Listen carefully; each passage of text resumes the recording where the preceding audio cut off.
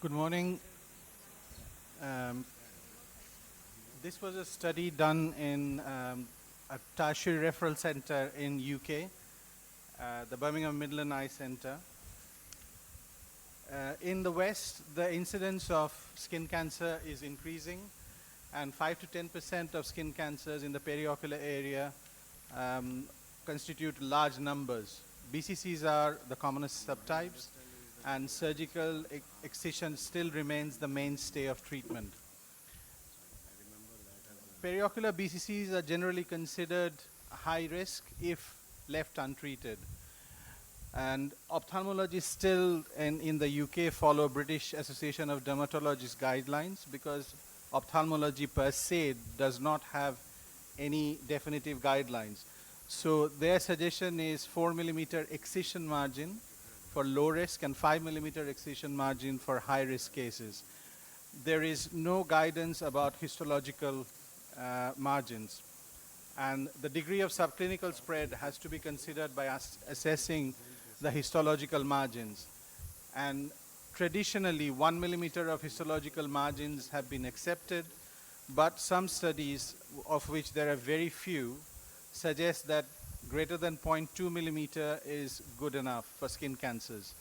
And as I mentioned, there is very little in the literature to support this. So our aim was to determine a minimum safe histological margin in patients with nodular BCCs in order to limit the amount of tissue removed in the periocular region. So these are some of the lesions and the defects left. And as you can see that the defects are becoming bigger by the day. So to make up for these, complex procedures are required, and that often leave disfigurement and not the best of results. So if treated early and if treated with lesser margins, they might be useful. That was the idea behind our study. So we looked at a single center retrospective case study of 100 cases between 2014 and 2020. And most patients underwent two-stage excision and reconstruction. We call it slow-mos. And further tissue was excised if the histological margin was less than 1 millimeter. The results, there were 94 cases of BCC. 6 cases were taken out because 2 were squamous cell carcinomas and 4 were lost to follow-up. And histological clearance margin of 1 millimeter was not found to have a significantly lower risk of recurrence when compared to margins between 0.25 and 0.99 millimeters. So the Kaplan-Meier curve here shows that there is a significant, statistically significant correlation in margins of 0.25 to 0.99, and there was no significant relation in terms of lesions with margins of more than 1 millimeter. So this was a flow diagram which shows, interestingly, that further excision margins, most of them showed that there was no tumor present. So to conclude, we found that 0.25 millimeter or more and less than 1 millimeter was giving us enough and comparable to literature, and bad guidelines recommend 3 millimeter. So we have recommended 0.25 millimeter margins, which has been accepted by our local skin MDT for nodular BCCs. And these are our references. Thank you.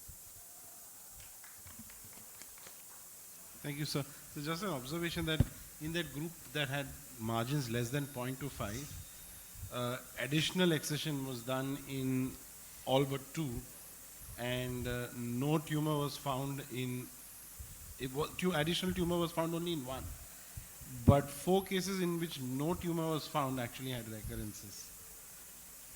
Yes, so this was the interesting bit. Yeah. Sorry, I'll let you. No, that was it. So I wanted to know how does it, then isn't that telling us that margins lesser than 0.25 is a little too close? So of those 4, 2 were the infiltrative variety. When we found, on the second excision, Right. we found the infiltrative variety. Got it. And 2 we could not explain. So which is why we found that comparatively the numbers were so low that I think the advantages outweigh the disadvantages. What was your follow-up period? How long did you follow up So these these had a minimum follow-up of 3 years. patients? 3 years. And then obviously because ours is a tertiary center, everything gets referred back if they get a recurrence. So anything that didn't come back was presumed that there was no recurrence. I think it's a good, Thank you. good guideline. Thank you. Yeah, next speaker is Dr. Farina Kulsum.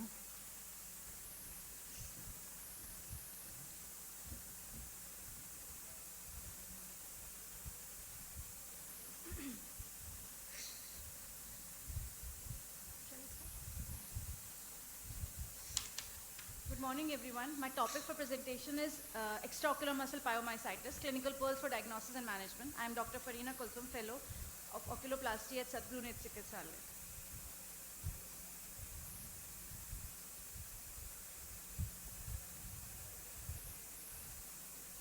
Coming to introduction, development of an intramuscular abscess involving the extraocular muscle remains an extremely rare process, commonly caused by Staphylococcus aureus. I'm going to present 6 cases. My first case is a 19-year-old male presented with these clinical features since 20 days. Vision was 636 with proptosis and other signs of inflammation, but no RAPD. There was optic disc edema. B-scan showed a cystic cavity in inferior rectus muscle. On T1 weighted MRI, there was a rim-enhancing lesion in inferior rectus muscle suggestive of abscess. So under the antibiotic coverage, aspiration of pus was done. Next day, there was improvement in the clinical condition, but surprisingly, there were 2 discrete exudative lesions on fundus suggestive of endophthalmitis. Which was managed by retina department, and patient showed improvement and he was discharged. On follow-up, vision was improved to 6/6 with only mild restriction in upgaze, resolution of optic disc edema on fundus and decrease in abscess size on V-scan, resolution of exudates on OCT, and after 3 months, there was full ocular movements with 6/6 vision. So the key point is pyomyositis can have a rare complication of endophthalmitis. Coming to my second case, which is a 32-year-old male presented with clinical features and examination similar to the previous one, as we can see from the clinical pictures since 5 days. In the left eye, there is restriction of movements and signs of inflammation. On CT, there was a heterogeneously ill-defined lesion involving the inferior rectus muscle, suggestive of myositis. Based on the clinical picture and imaging finding, we made the diagnosis of inferior rectus pyomyositis, and we started the treatment, but vision dropped on the next day, so the drainage and the mild debridement of the abscess was done. Patient showed improvement, but he was lost to follow-up. However, after 1 year, he sent images which showed completely normal clinical recovery. So if there is not a well-defined abscess on imaging, but pus point is present on the fornix, it can give us the clue of diagnosis.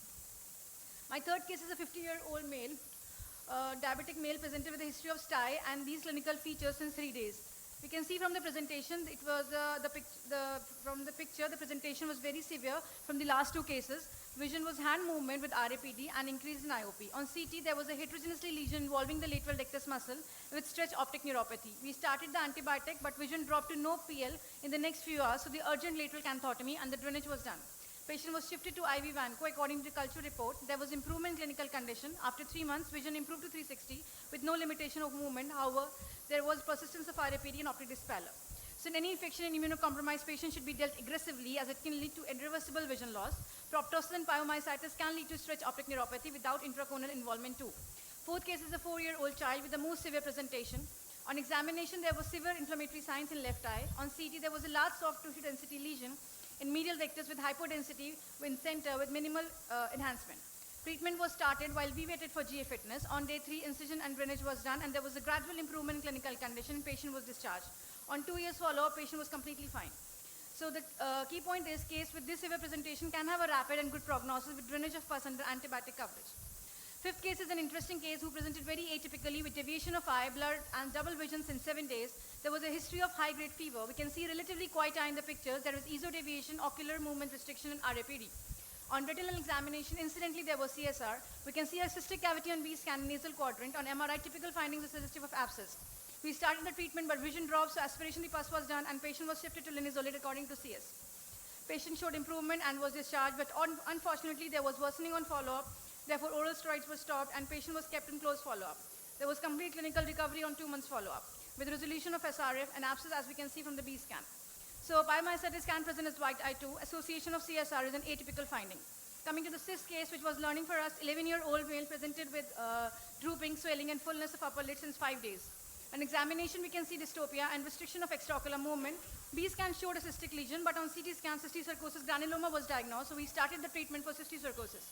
But the patient showed worsening of symptoms and signs with new findings of RAPD, and there was increase in size of cyst on B scan.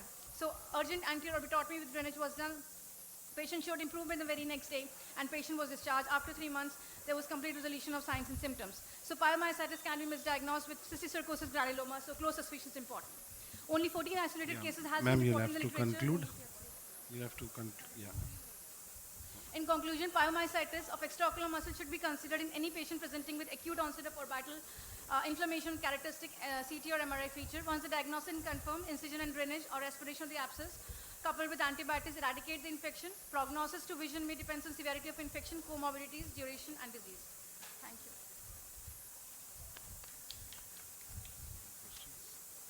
How do you propose that pyomyositis leads to endophthalmitis? What do you think? Sir, it can be because the proximity of infection.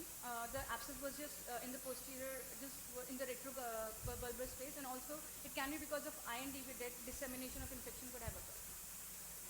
Pardon me? Dissemination, It was systemic dissemination of the infection, is it? Local dissemination. Okay. Because the sclera is intact. How can it penetrate the sclera and cause a intraocular? We are just assuming that it may have. Did you Can be because have of any the spread patients with endophthalmitis in No, your it was series? the first case, like I have reported also. Okay. Thank you.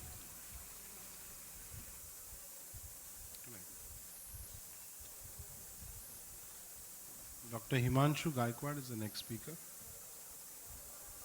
Your presentation. Himanshu Gaikwad. Oh, sorry. Isha is there? Or yeah, sorry, I skipped one by mistake. Dr. Isha. See, I had a 6 sets. Dr. Himanshu Gaikwad. Good morning. Today I am going to present on use of sodium tetradecyl sulfate for managing patient with orbitopalpebral cyst as an alternative therapy for surgical intervention. So coming to the introduction, orbitopalpebral cyst results from non-closure of embryonic cleft at 5th to 6th week of intrauterine life. There are two varieties.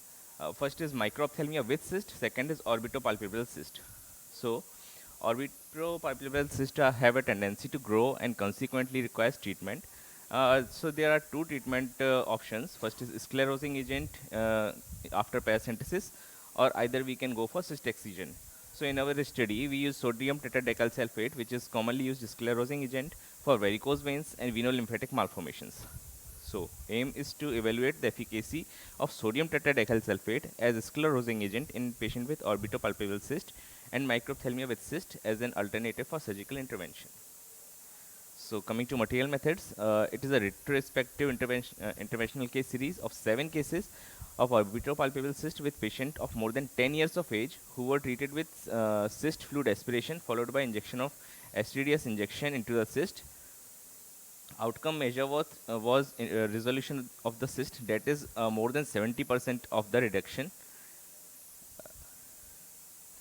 And after resolution, socket reconstruction procedures was done such as enucleation, DFG, fornix forming sutures, canthotomy, canthoplasty, etc. Followed by fitting of customized ocular prosthesis. So coming to the results, there was 7 number of patients. Age group was 18 to 26 years. In 4 of the cases, they only required 1 injection. In another 2 cases, which required repeated injections, and 1 case there was non-resolution even after multiple injections. So mean duration for complete resolution in our study we have found of 2.5 months. None of these patients showed any evidence of local or systemic side effects. So this is the one of the patient. We can see this is the pre-injection, and post-injection there is a cyst resolution which can be seen, and afterwards COP was fitted. This is another patient with pre-injection and post-injection resolution of the cyst. This is another injection which pre-injection images, then post resolution of the cyst, and in third image we can see the COP. So coming to the discussion. Sodium tetradecyl sulfate is synthetic anionic surfactant acting as sclerosing agent that is available as 1% and 3% of the aqueous solutions. Sclerosant already which are being used for varicose veins, gastric varices, renal cyst, lymphangiomas, thyroid cyst, and hepatic cyst. So in our study, we have used 3% sodium tetradecyl sulfate. Uh, Ethylenamine oleate and sodium tetradecyl sulfate, these are the sclerosing agent which are commonly used for treatment of orbitopalpebral cyst. So Nayak et al. In 1997 stated 86% cyst resolution with ethylenamine oleate. In a study with Belkinsinkop et al., STDS was considered more safer than ethylenamine oleate. So, in Chabra et al., they reported that complete regression of orbitopalpebral cyst with use of STDS in a case series of 8 patients.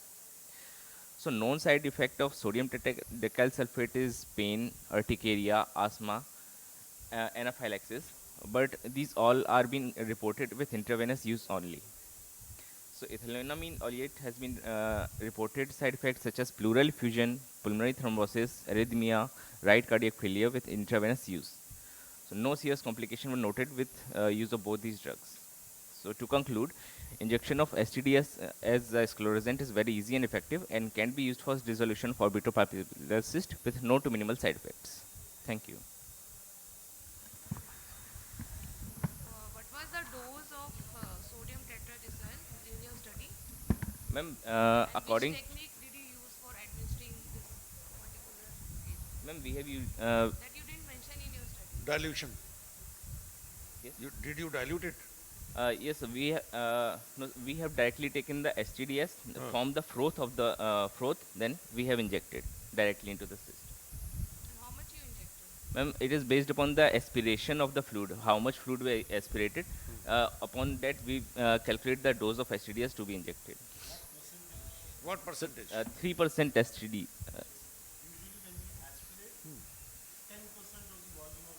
Yes, yes. Sir, 20%. The same concentration which ampoules coming. Yes, sir. Same? Same concentration. The 3% sodium tetradecyl sulfate. The same concentration we have used. We have formed froth, and we have injected. Because when we usually inject for capillary hemangioma, then we dilute it. Otherwise, it will cause necrosis. So we haven't noticed any necrosis also. Sometimes it causes necrosis if you inject a little more higher concentration. Because inside the orbit you will not know that what happened actually. So I think it should be cross-checked. Right. Okay. Next speaker is Dr. Swati Goyal. Is she present? Curcumin as an adjunct for thyroid. Okay. Then Dr. Mohan Gowda, use of new alternative techniques in dealing with ptosis in special situations.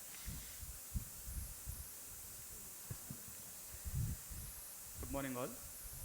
I'll be presenting on use of new alternative techniques in dealing with ptosis in special situations.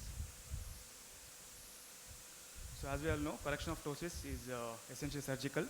The most common techniques used in adults are tarsal transfer techniques, which can also be called as tarsal switch technique, Muller muscle conjunctival dissection, and white and advancement techniques. In severe congenital ptosis, we prefer a frontalis flap technique. So this was the first case where the patient was presented with mild to moderate ptosis of the right eye, and he underwent Muller muscle conjunctival dissection, posterior approach mainly, and similar case with bilateral mild to moderate ptosis, and the patient underwent Muller muscle conjunctival dissection, where we approached through the conjunctiva and we resect a part of Muller's muscle along with a piece of conjunctiva. And then this was a 60-year-old female with severe myogenic ptosis, and here she underwent tarsal switch technique, where a piece of tarsus was removed from the upper eyelid, and we can observe she also had ectropy on both lower eyelids, and even ectropy was corrected post surgery. Similar patient, male, 80-year-old male, and he also presented with bilateral myogenic ptosis, and he underwent tarsal switch technique for that. And this was a 10-year-old male presented with congenital ptosis of right eye, which was here, and very poor levator palpebral function. So he underwent frontalis flap advancement technique, where frontalis muscle was attached to the upper eyelid, along with levator and orbital fat.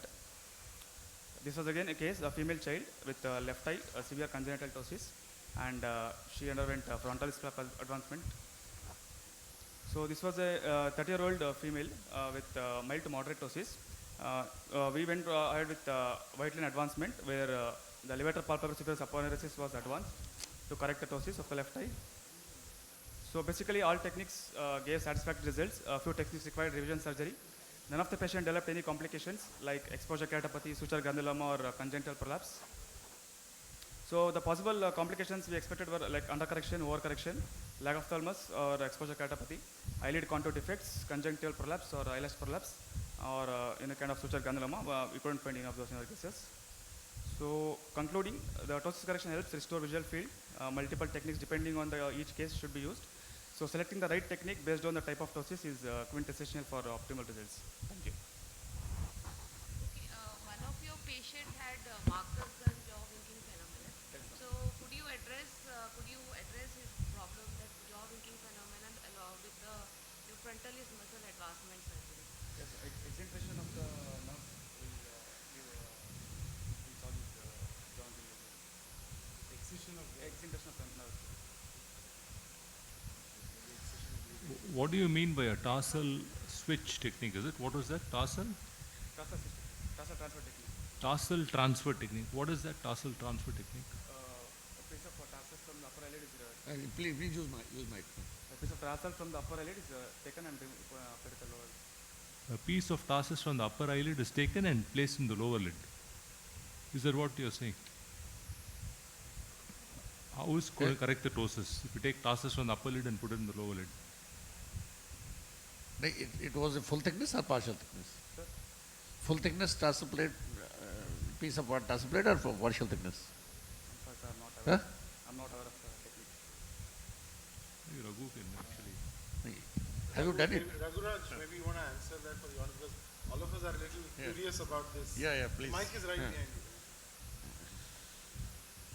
So we don't use it for the regular situations. It's not for a regular ptosis.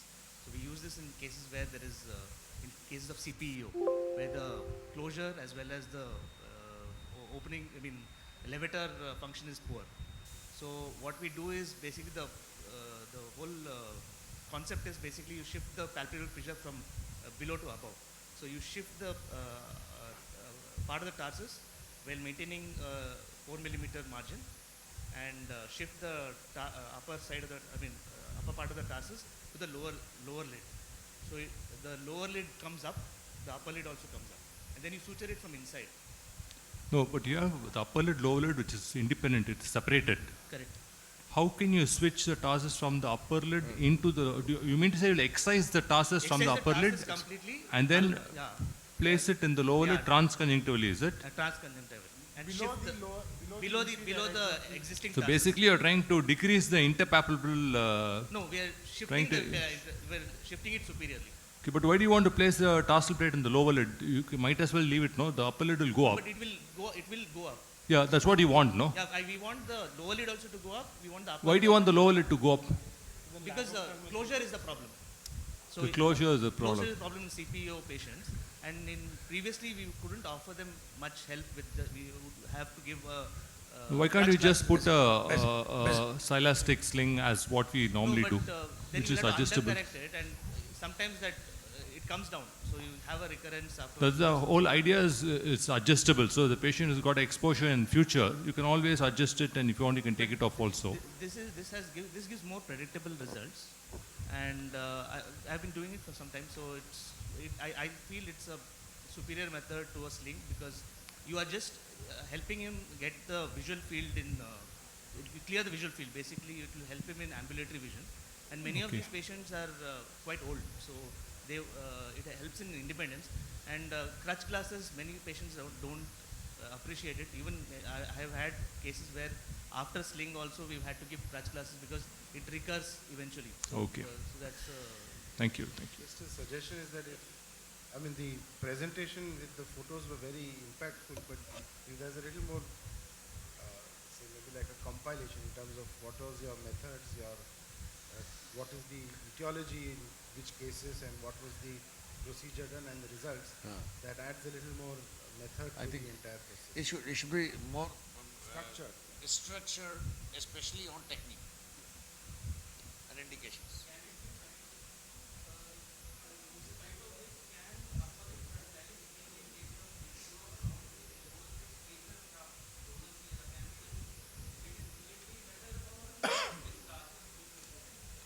I have done, so your question is, can we, for CPEO, whether to do a frontalis, just like a tarsal switch, do a frontalis flap and add a spacer graph. I think in concept it sounds the same, but yeah. You will have the upper tarsal intact and the frontalis, but I think lag of thalamus is a very, very serious problem with frontalis flap. Although long-term results from what papers we've read, lag of thalamus after frontalis flap is lesser than that of a sling. Duration for recovery of lag of thalamus post frontalis flap is far more than that of a sling. I'm able to comfortably remove a frost suture after a week after a sling, but sometimes I have to keep it on for 3 weeks after frontalis flap. And those 3 weeks may be very worrisome for the surgeon, if not for the patient after that surgery.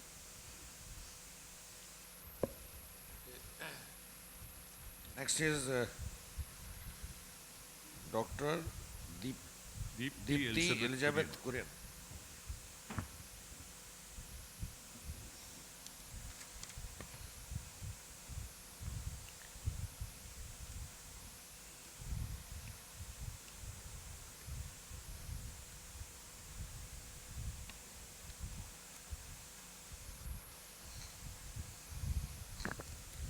Good morning, everybody.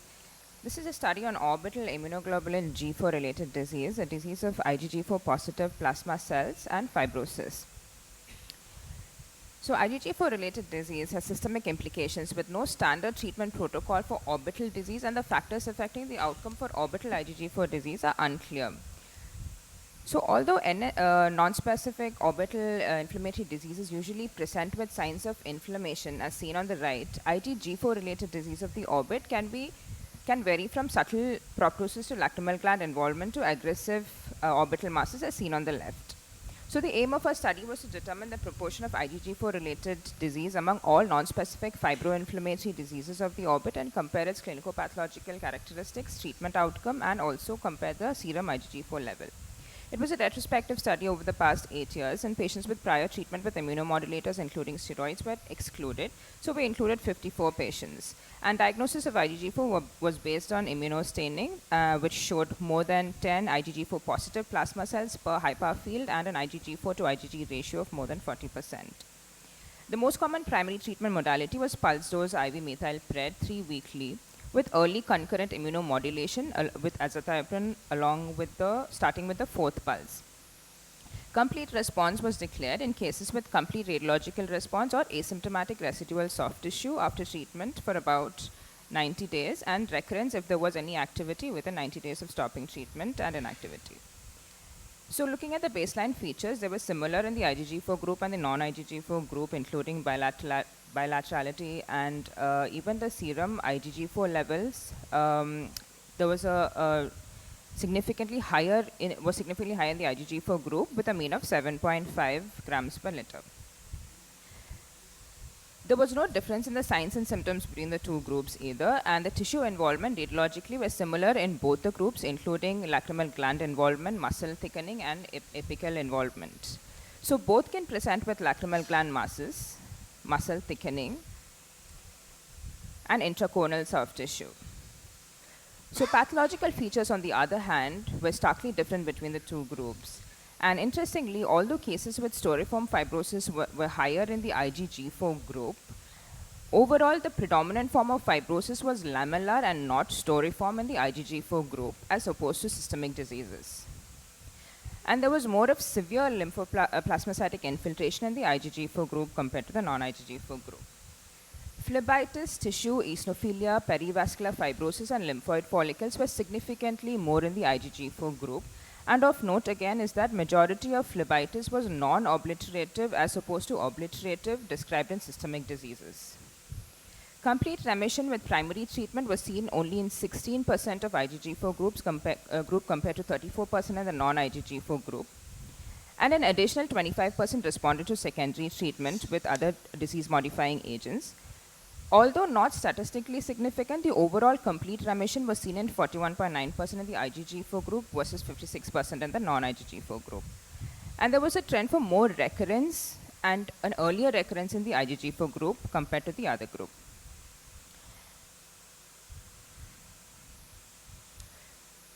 Shorter duration of symptoms and absence of proptosis was significantly showed us a better outcome in the IgG4 group, and bilaterality also was found to be favorable in the IgG4 group. Much to our dismay, none of the pathological features predicted outcome, and serum IgG4 did not correlate with treatment outcome either. But paradoxically, the mean serum levels and the proportion with higher serum levels were more in the orbital disease compared to what is described in systemic diseases. That was 7.5 grams per liter compared to 1.1 in systemic diseases. So in conclusion, IgG4 related disease may be more resistant to treatment and have earlier recurrence. Shorter duration and bilaterality were favorable, and orbital diseases has characteristic pathological features compared to systemic disease, and serum IgG4 was higher in orbital disease. So it might behave in a very characteristic way compared to systemic orbital IgG4 disease. Thank you.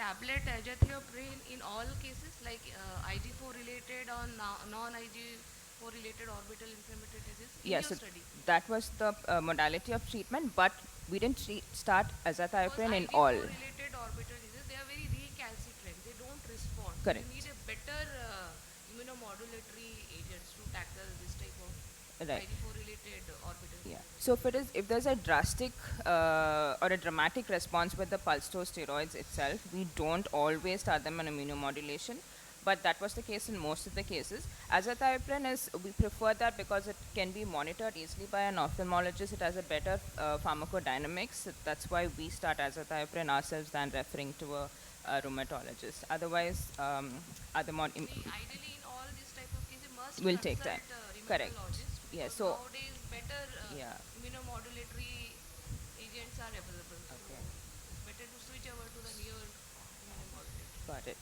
The mean follow-up period was not mentioned. It was not different in both the groups. In the IgG4 group, it was about 4 years, and in the non-IgG4 group, it was over 3 years. But there was no statistical That's difference. important because the mean duration for development of systemic lymphoma following a diagnosis of IgG4 is 5.5 years. That could probably be the most significant outcome of your group, where you could say that not just asynchronous, but also concurrent systemic lymphoma is also noted higher in the IgG4 group. Okay. So if you can follow the same group out, in a couple of years you could come and tell us that whether the incidence of systemic lymphoma was higher or not. Also your recurrence was 2 versus 4. And in a pool of 84 patients, 2 versus 4 is not really something I'd make a statement and say recurrence was seen higher in one group. It's not significant at all. Yeah. We need to include more. We had a problem with numbers because we did exclude all the patients who were already treated with steroids, so we were limited that way. Include them and see longitudinal outcome. Got it.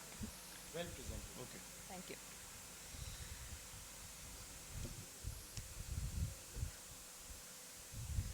Eye disease treatments.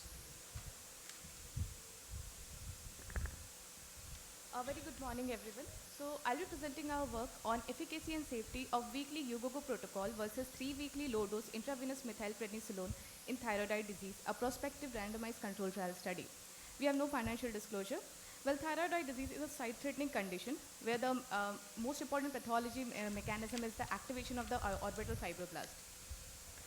Management of thyroid eye disease is based on 2 parameters. One is the clinical activity score and second is the severity. So if the clinical activity score on presentation is more than 3 out of 7, it indicates an active disease. During follow-up, if it is more than 4 out of 10, it is again includes that it's a active thyroid eye disease. The severity of the thyroid eye disease is classified into mild, moderate to severe, and very severe or sight-threatening disorder. So based on this background, the purpose of our study was to compare the efficacy and safety of 2 corticosteroid regimens in moderate to severe type of thyroid eye disease. These were our primary and secondary outcome measures. We did a prospective randomized control trial study. After baseline examination, clinical activity score, radio imaging, the inclusion and exclusion criteria were the following.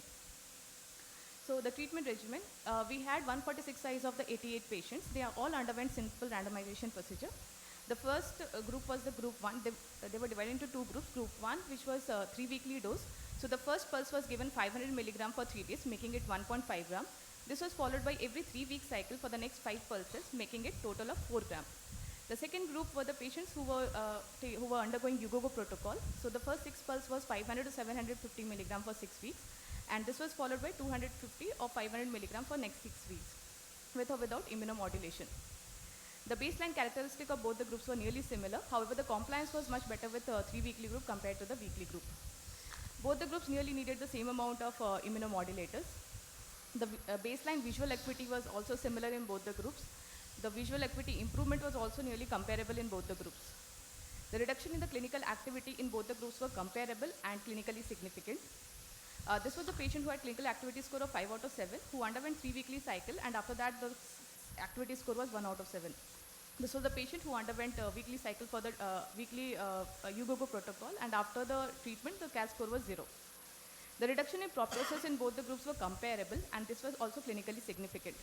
This was the patient who had left eye proptosis of 26 millimeter, and after a weekly cycle, a UGOGO protocol, the proptosis was reduced to 22 millimeter. This was the second patient who had right eye proptosis 26 millimeter. He underwent 3 weekly cycle, and the proptosis reduction was also significant, 21 millimeter.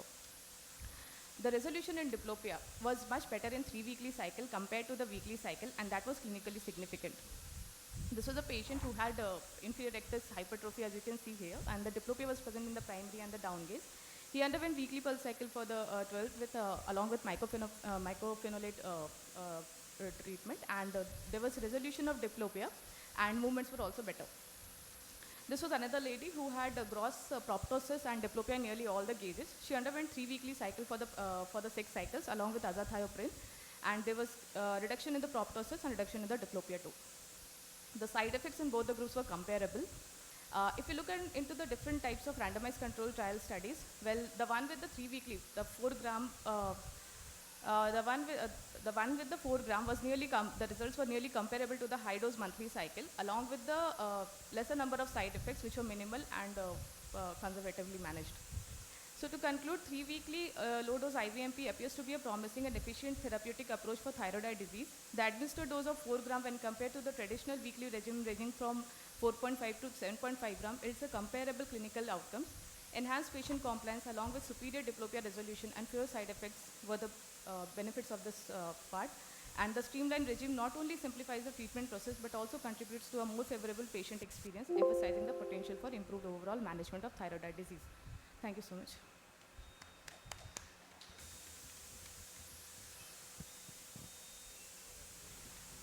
You should look for that job where in ads they ask people to read financial risk are subject to market. You were so fast, you were unable to catch a few words. There were a couple of things.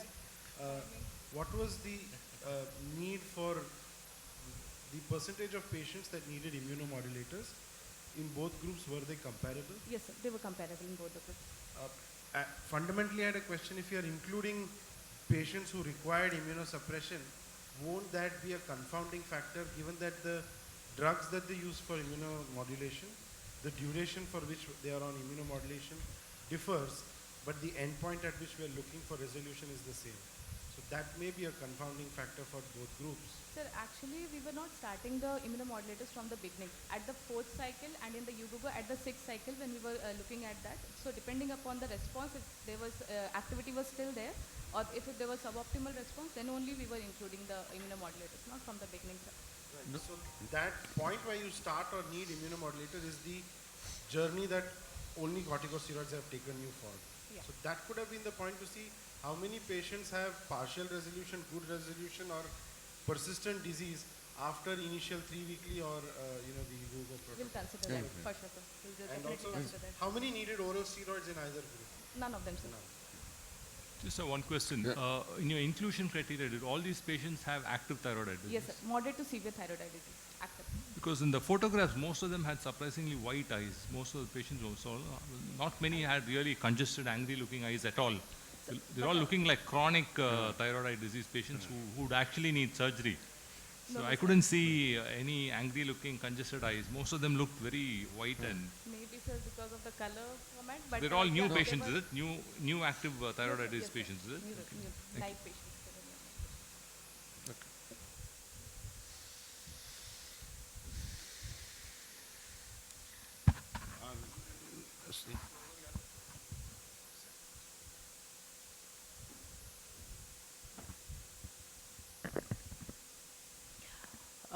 A very good morning to all. So I'll be presenting my paper on outcomes of oral mucous membrane grafting with synthetic orbital implant for management of contracted socket. So we are faced with these challenging cases of contracted sockets often in our OPD. Management of contracted sockets varies depending upon the grade of contracted socket and tissue availability and whether it's a purely soft tissue or bony or a combined contracture. As oculoplasty surgeon, we do have some tools in our kitty to manage these cases. It includes some of the autografts as well as allografts for surface reconstruction. As for autographs, mucous membrane graft is a very important tool. The purpose of my paper here is to evaluate the outcomes of use of oral MMG with synthetic orbital implant, PMMA for our case, for management of contracted socket in congenital microphthalmos or anophthalmos or an acquired contracted socket. This was a retrospective non-comparative interventional case series. 12 eyes of 12 patients were included from 2018 to 2022. All eyes underwent socket reconstruction surgery using synthetic orbital implant for volume enhancement and oral MMG for surface augmentation, followed by fornix formation and conformer placement under general anesthesia. A sequential suture removal was performed and followed by custom ocular processes fitting after around 6 to 8 weeks of surgical procedure. Patients who are more than 12 years of age presenting with grade 2 to 4 contracted socket, either congenital or acquired, were included in the study. Patients less than 12 years of age and those presenting with malignant or grade 5 contracted socket were excluded. Patients who had prior radiation or repeated infections and refractory sockets were also excluded.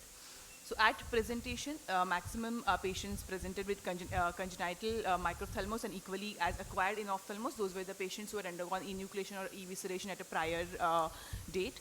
The maximum patients were presented with grade 4 of Gopal Krishna's contracted socket classification.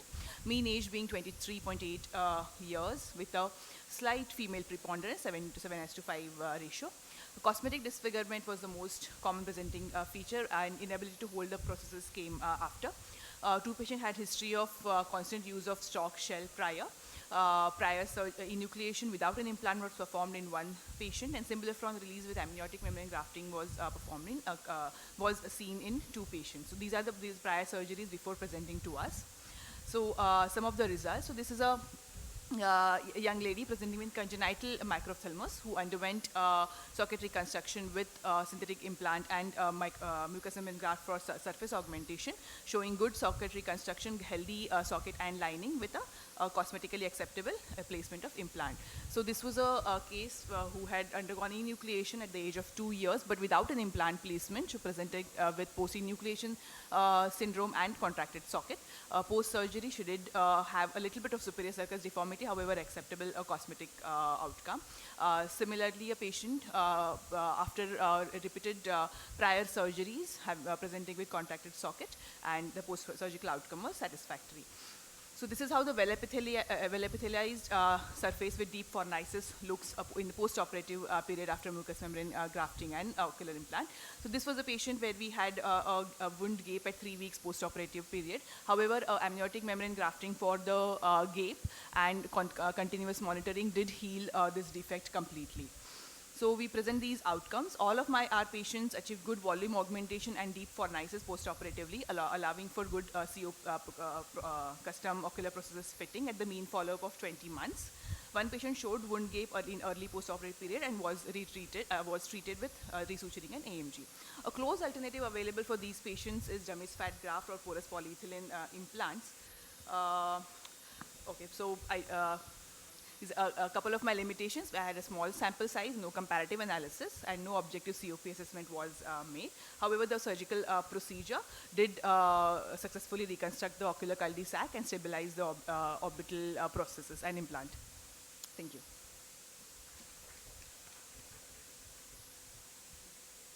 So did you place the MMG centrally or in the fornix? So that was a variable.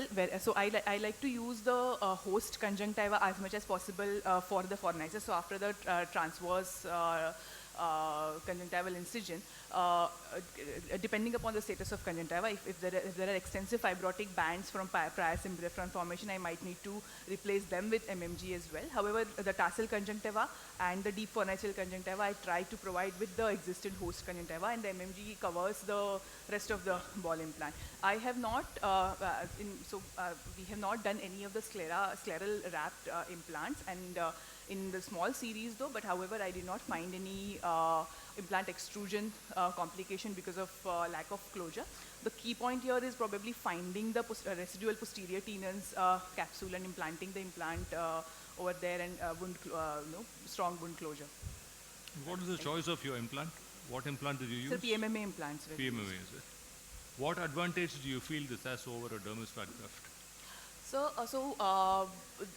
Dermis fat graft, though can be very gratifying procedure, however not devoid of complications. The tissue necrosis and the long-term results, I feel, because of the continuous fat atrophy that the implanted fat also undergoes, the volume augmentation might not retain in a longer post-operative period. But that won't be a case with a synthetic implant because the volume will remain constant as we have calculated. And once the surface epithelializes, it actually starts resembling the conjunctival epithelium. So that it actually starts looking like a primary enucleation and implant and conformer or a COP placement after around 6 to 8 months of post-operative period. And your donor site was lower lip, is it? All Sorry, patients, the donor site was right. it the lower lip or? Lower lip. Lower lip. And no, so and I also had to use a buccal mucosa for one because the patient was a smoker and I could not use the lower lip for because of extensive fibrosis. So either lower lip or unilateral buccal mucosa. Okay, thank you. Thank you, sir. So next speaker is Dr. Shifa Usman. Is she here?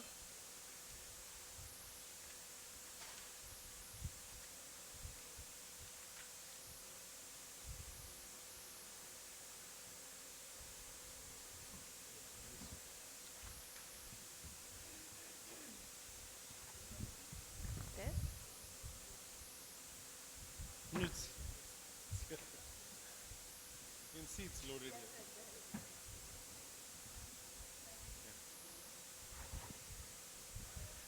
A very good morning to our esteemed panelists, ladies and gentlemen. I'm Dr. Shifa Usman. I'm a resident from Hyderabad, and I am presenting a paper titled Hiding in Plain Sight. It's a case report of a 65-year-old woman who presented to us in the hospital with complaints of fever, chills, shortness of breath, and altered sensorium. Her investigations were suggestive of uremia, sepsis, type 2 respiratory failure. She was managed appropriately in the ICU with broad-spectrum antibiotics, IV fluids, and supportive care. However, despite using high-end antibiotics such as injection meropenem, Piptaz, and Dalasin, her condition did not improve significantly. On day 3, our ophthalmology department was called in for a referral in view of discharge at the medial and lateral canthus of the right eye. On evaluation of the patient by our team, we found that the patient had a stock ocular prosthesis in place over a shrunken, distorted, and disorganized thusical eye, as we can see in the image here. On further evaluation, we learned that the patient had a history of trauma to her right eye about 4 decades ago, and also was habitually removing the ocular prosthesis about 3 to 4 times a day for purposes of cleaning and was very careless with the process. We proceeded to remove the ocular prosthesis out, and on removal, we found a collection of a thick whitish yellow purulent discharge behind the prosthesis, which we promptly sent in for culture and sensitivity. Following this, we cleaned the ocular prosthesis, the underlying cavity, and place the prosthesis in distilled water. 2 days later, once the culture and sensitivity report was returned, we found that the pus showed a growth of MRSA, and based on sensitivity report, we started the patient on linezolid. Here is where we can see the ocular prosthesis of the patient as well. Moving on to discussion, so methicillin-resistant Staphylococcus aureus was first identified in 1960 and was first confined to healthcare facilities. But now it's expanded its course and now is also becoming a dominant pathogen in community-associated infections. According to a paper by Asbel et al., the surveillance network, which monitors antimicrobial susceptibility pathogens in the United States, reported an increase in the proportion of MRSA among Staphylococcus aureus ocular infections from 29.5 to 41.6%, telling us that MRSA is a rising menace in the ocular field. We already know the established risk factors for MRSA, but now recently more cases of MRSA have been documented among healthy community-dwelling individuals as well. And us as ophthalmologists who deal with patients more or less on an outpatient basis need to be aware of this. A quick note about the formation of biofilms that was published by Michelle T. Sun in 2015 in ocular prosthesis also needs to be kept in mind, as these organisms remain dormant and cause opportunistic infections. On the care of an ocular prosthesis, to begin with, as we know, the whole surface of the prosthesis must be free of irregularities, roughness, and marks, be perfectly polished to reduce chances of bacterial deposits, and should be cleaned, according to Pine et al., should be cleaned no more frequently than monthly and no less frequently than 6 monthly. In conclusion, I'd like to focus on 3 main points, saying that us as ophthalmologists need to be aware that community-associated MRSA is just as common as hospital-acquired ones, and intensivist physicians also need to be vigilant and maintain a high index of suspicion in all cases with ocular prosthesis to catch an infection early if present. And lastly, patients with ocular prosthesis need to be educated and equipped with a better understanding of how to handle and care for their prosthetic eye. Thank you.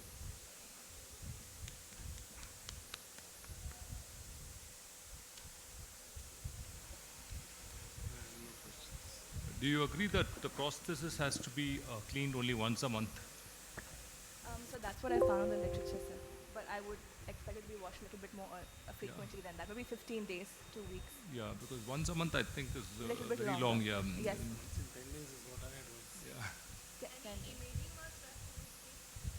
Ma'am, no ma'am. The follow-up was once, basically she was very sick when she got admitted, but she went back home walking, but she never came back to follow-up for the base scan that we wanted to do. 40 years back, what was the reason why the... Trauma. So she was also a neglected lady. She did not have any family to give complete history, but she said that she had a trauma when she was younger. Because what happens when the socket is not being taken care of? Yes, the prosthesis also, the care has not been taken care of. Yes. So over the period of time, the back, back portion of the become very irritating. Yes, and it irritates the surface. Exactly. And as a result, sometimes this type of patient they present with an orbital mass also. Like and that thing, the superficial part gets infected also. Yes. So like any imaging, like before starting antibiotics, you must advise imaging to look for any recurrence or to look for any orbital mass. Yes. So that might be the cause for her infection. Yes, ma'am. I'll keep that in mind. Thank you, ma'am. Dr. Raghuraj Hegde.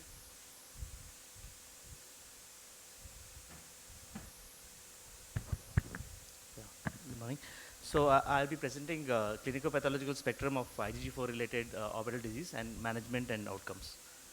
So the aim of study is to study the spectrum of the histopathological changes seen in IgG4 related disease and a summary of how it presents to us and imaging features, as well as to explore how early diagnosis helps in management.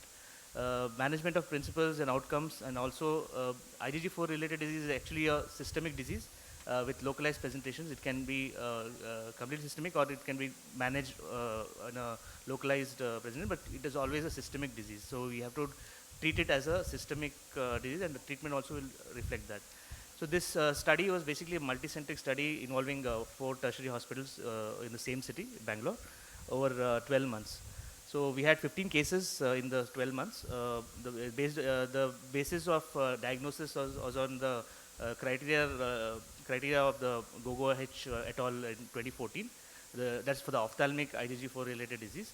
And then once diagnosis was made, correlation with demographics, site of involvement, laterality, and then of course we did a systemic workup with serum IgG4 related disease. Levels, and then after that the outcomes, the response to the steroids and the immunomodulators. So just to highlight a few atypical presentations, patient presented with bilateral recurrent bilateral proptosis involving resolving with oral steroids easily. He went on with multiple courses of steroids without anybody trying to attempt biopsy. So when they came to me, the patient presented like this. He had already a enucleation done, which the cause of which we didn't know what it was for, and then on MRI we could see that there was a bilateral orbital involvement. All paranasal sinuses were involved with the lesion, and we went ahead with the exploratory orbitotomy with a multi-layered incision biopsy. So on histopathology, we could see that there was perivascular sclerosis was seen, and plasma cells was seen, but with sclerosed vessels. It could also be because of the steroids that were given earlier. The classical changes were not seen. And but when we did the immunohistochemistry and we saw that there was a transmural phlebitis and positive IgG4 positive plasma cells were there. So this satisfied the criteria for the pathological diagnosis of IgG4 related disease. So he started on rituximab therapy, and then he's on follow-up with mycophenolate mofetil for the long-term immunomodulation, and now he's in full remission. He's in plan for socket reconstruction for the left socket. Case 2 again, bilateral painful proptosis. So this is a fresh presentation. We were suspecting lymphoma, and because we thought it would become it was probably a benign lymphocytic infiltration, so it could have progressed to lymphoma by the 5 years duration, and but his serum IgG4 levels were very high, and again IgG4 is to IgG ratio is 40%. Which but on histopathology though there was no classical storiform fibrosis or obliterative fibrinosis, but on closer view there was extensive lymphocytic infiltration into the mild fibrosis was also seen, and also the plasma and lymphocytic infiltration into the tissue. Immunohistochemistry confirmed that there was IgG4 positive staining, and it was satisfying criteria. You just have to be 50 per high power feed, but here it was 200 on 400x. The results was basically 42 years, patient mean age was 42 years. It's 13-year-old patient was the youngest patient, and lacrimal gland was the thing, and it had good response to immunomodulation, especially rituximab. In conclusion, orbital IgG4 related disease is frequently misdiagnosed because it's a very new entity. It is only the criteria only came in 2014, and pseudotumor is actually a meaningless diagnosis in a pathology report. So we should encourage our pathologists to do more. And normally IgG4 related serum levels will not rule out IgG4 RD. So without a proper diagnosis, it's very challenging to treat these diseases because they are very recurrent, and they come back very frequently, and it's because it responds to steroids. There are multiple doses of steroids. So we have a case for early induction of immunomodulation in these cases. So very deep understanding of this pathogenesis is important, and since it's a very new entity, our understanding of the disease also is progressing with it. Thank you. Thank you, Dr. Raghu. I just have one question for you. In patients with idiopathic orbital inflammation, suppose you suspect idiopathic orbital inflammation, do you routinely give the samples for immunohistochemistry?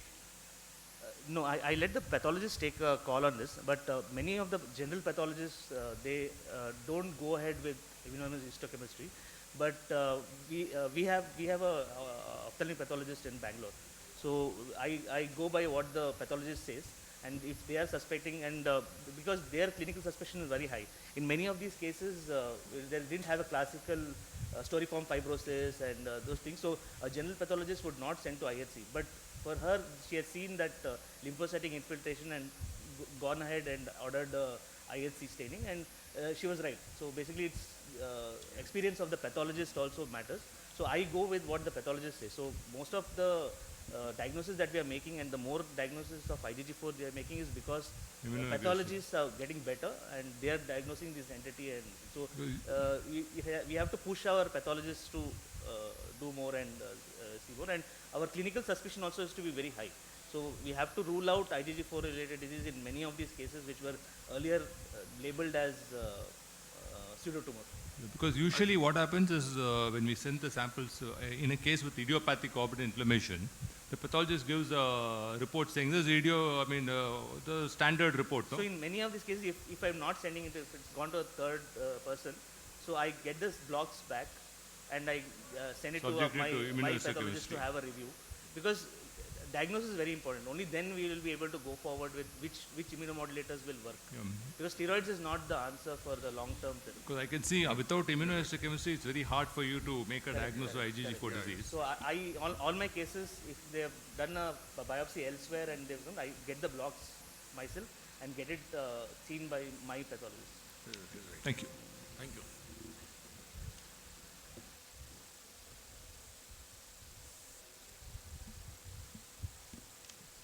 Our last presenter is present. Is he present? Dr. Siddhartha Rao.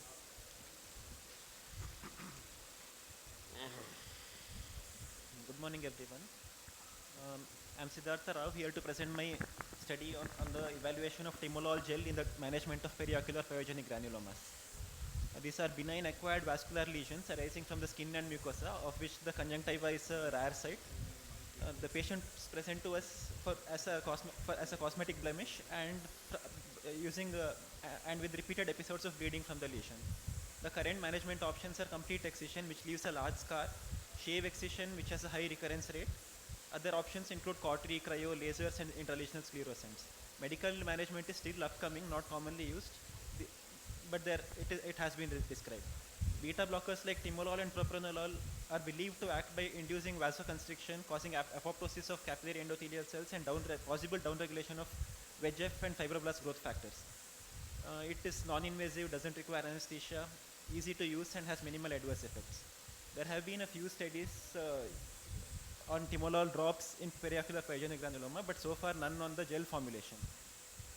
It was a prospective interventional study with a sample size of 20. These were the inclusion and exclusion criteria. The patients were assessed for eligibility, consent was taken, and baseline workup was done. The gel was applied over the lesion twice a day, and the patient was followed up at the end of 1 week, 1 month, 2 months, and 3 months. For efficacy, we looked at the maximum dimensions of the lesions, the color as a measure of vascularity, and the number of episodes of bleeding.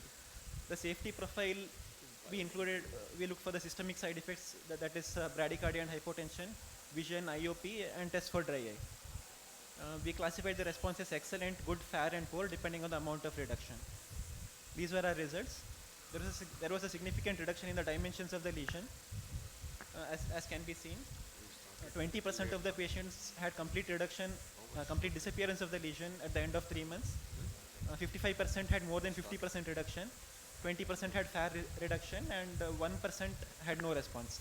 There was a significant reduction in the vascularity, as assessed by our color scale, and a reduction in the number of bleeding episodes, with almost 2 episodes per week of bleeding at presentation and 0 at the end of 2 months. Of significance, there was also a reduction in the TBUT, that is dry eye. This patient had an excellent response, complete disappearance of the lesion. These two had fair response. There was a small residual lesion which may not be significant clinically, but according to our criteria, we could not take it as excellent. These two had fair response, more than 50% reduction in the size. This was the only patient who did not respond. She actually had increase in size of the lesion. To summarize, the mean age of presentation was 27 years. Sex was comparable. These were the various etiologies: spontaneous, post-chemical injury, post-ocular surface surgeries like buckling surgeries and pterigem surgeries, post-socket surgeries. Miscellaneous was post-supratarsal tricot for VKC. 20% had excellent response, 55% had good, 20% had FAR, and 1 patient did not have response. There were no systemic side effects. There was a reduction in the TB-UT, and 4 patients were noted to have papillae, although asymptomatic, and 4 patients had symptoms of dry eye, which were managed just with lubricants. To conclude, timolol gel is a safe and effective option for the treatment of periocular pyogenic granulomas, which could possibly be used in cutaneous granulomas as well, which is much more common, with no serious side effects, and can be used as a first-line treatment, especially for patients requiring general anesthesia, such as children, and sessile lesions, which are difficult to excise completely and would leave a large defect. Studies comparing timolol gel and drops, and possibly longer follow-up would be desirable. Thank you. Thank you. Excellent presentation. Just one question. When you say you had a good outcome vis-a-vis excellent, or excellent outcome means completely disappeared. Excellent means completely disappeared. Good means there's still some trace of the granuloma which you can see. We had a scale, 50% reduction in size, more than 50% reduction. It's good. Yes. What happens, did you follow up these patients? Does the granuloma grow with time, or does it just remain like that in good results? The natural history is it grows, then stabilizes. It may or may not decrease slightly. After our gel, I followed up the patient unofficially for 6 months to 1 year, but although I have not documented it, I have not seen any recurrence. So you feel it's static, it's the same size, though it does not disappear completely, it continues to remain partially there. Yes, I continued the treatment for up to 6 months in some, and they continue to show a decremental size. So for 6 months, initially what is the time period till the lesion goes, is it? How long do you... responding in 2 to 3 weeks. It continues to respond for 3 months. So up to 6 months you persist with the treatment? Yes, sir. What was the size of the lesion, like in your study? Average size of the lesion? Average size was approximately 10 into 10 mm. So did you notice the smaller lesion, they responded well to topical? The lesion size did not seem to matter much. Bigger side, they didn't respond to your therapy, timolol therapy. If the long-standing lesions seem to respond lesser than lesions which were presented acutely, now. But the size as such, I didn't see any correlation. And how do you explain no change in IOP? Timolol, in normal tension glaucoma, timolol does not cause much reduction in IOP. If the IOP is raised, it causes reduction. And also, my study used a gel formulation. So maybe it is less effective than drops for reducing IOP as such. I used a hydrogel base with timolol medicine incorporated into it. Because other studies where drops have been used have documented a drop in IOP. They have documented a slight reduction in IOP, but a significant drop in IOP. You had a... Just curious, what brand did you use, timolol gel? It was prepared at our pharmacy. There is no gel formulation available as such. We prepared it ourselves. How did you prepare it in your pharmacy? We use a HPMC base. Under sterile precautions, it was prepared. Timolol was extracted from the drops and incorporated into the gel. Basically, it is to make it stick to the lesion for longer, so that it has a better absorption.